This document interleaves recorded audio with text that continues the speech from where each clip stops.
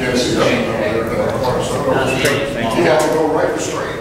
All right, are we all good? We're good. We're good. Okay, let's get the show on the road.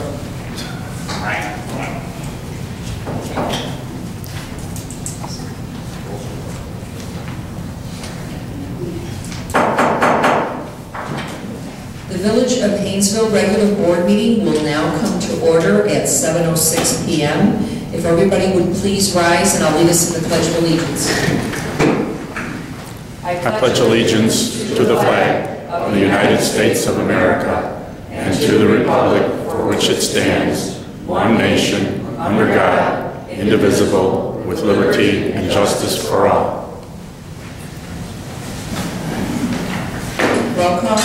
Mayor Linda Soto. Present. Trustees Darnowski. Here. Tiffany. Is absent, sorry. Juberstein. Here. Barrett. Daly. Here. And Walkington. Here. And we do have a quorum. Trustee Tiffany will be popping in shortly. He is over at the Prairie View School seeing his son perform as he should, so he will be joining us a little later. At this time, I'd like to ask for a approval of the agenda. So, question. Chris, I'd like to ask the removal of item J1, the ordinance.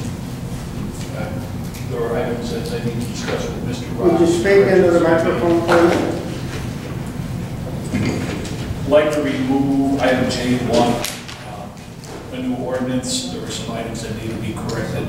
On the investment policy, establishing the Village of Hainesville investment policy. Yes. It's an update, right, to our current chapter? Okay. So can we have a revised motion for the agenda as amended? So moved. Roll call. Wait. Okay. Trustees Darnowski. Aye. Tiffany. Oh, I'm sorry. Juberstein. Aye. Barrett. Daly. Aye. And Walkington. Aye. Okay, at this time, we'll take public comments. Anybody that would like to address the board, please step forward to the mic. State your name and address for the record.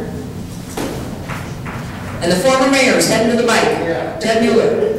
Ted Mueller, 318 Kathleen Drive, Hainesville. I have in my hand tonight's agenda. It's on one page. Last night I brought up the village's website and brought the village's agenda for tonight up and hit print, and I have 5 sheets.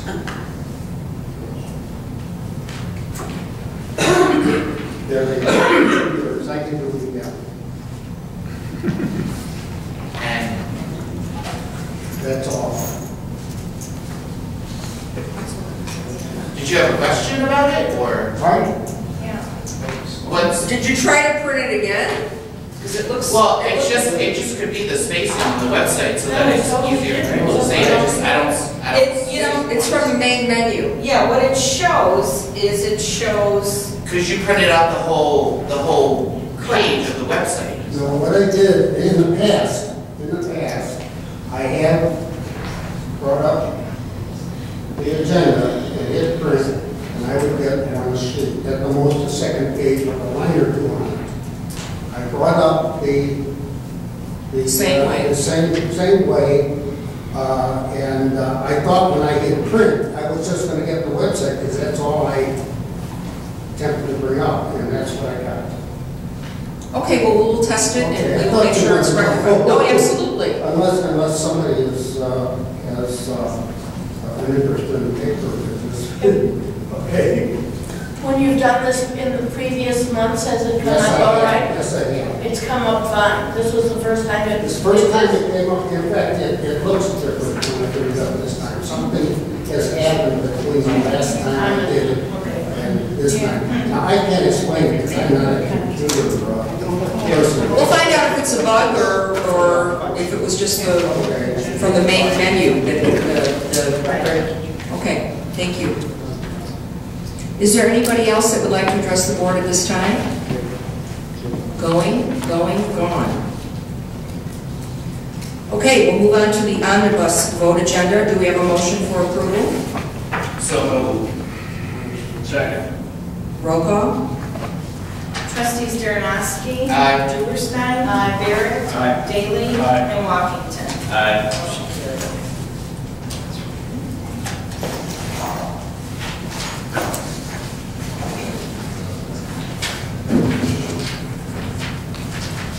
All right, at this time, we'll move on to reports and communications. I will go first.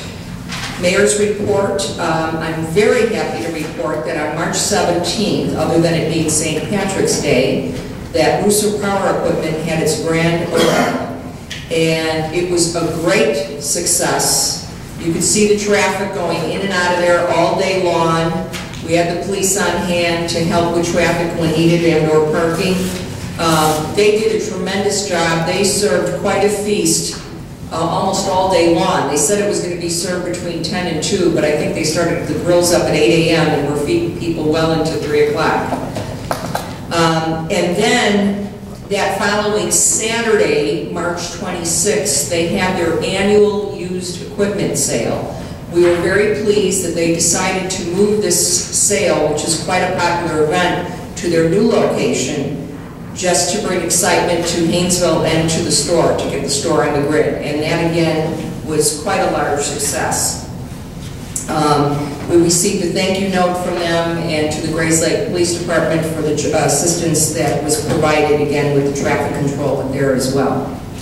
March 23rd, we had a special visit from Mayor Kathleen Littman of Tower Lakes. She came to our village and to tour the village hall, because they're very similar to Hainesville in many ways. They have their own water system. They're getting ready to build or plan to build a new village hall in the next couple of years. And Terry Grom, our water operator, recommended that they came and toured this building. And we had lunch together and just shared about the trials and tribulations and successes of being a small village. So that was a great day. Later that same day, we had a special staff meeting regarding our building department with Russ Crayley and also our electric inspector, Eric Christensen. We found a need to make some procedures changes in how we handle some of the occupancy permits because of the significant number of short sales going on. In the past, you rarely heard of a short sale taking place. Now there are numerous ones each week, so it's a whole different ballgame. Also on March 26th, I attended the Lake County Women's Coalition annual breakfast. In attendance with me was Village Clerk Kathy Metzler, our Deputy Clerk Roseanne Stark, and Trustee Georgianne Duberstein. If you want to see the power of women Lake County, that's the event to go to. And it was super, and we sat with Susie Schmidt, who's now our state senator, so it was a great day. Also, just wanted to mention to the board, I'll be providing you with a report shortly. Business license renewal time is up. Business licenses have to be renewed. They start May 1. I personally delivered each business license renewal application and met with all the owners, with the exception of 2 that I couldn't track down but left messages for. And other than visiting with them, I asked all the business owners the same 3 questions. First question was, how are you doing with the economy the way it is? Number 2, how do you feel you are being serviced by the Grays Lake Police Department? And number 3, what help or assistance are you looking for from the village?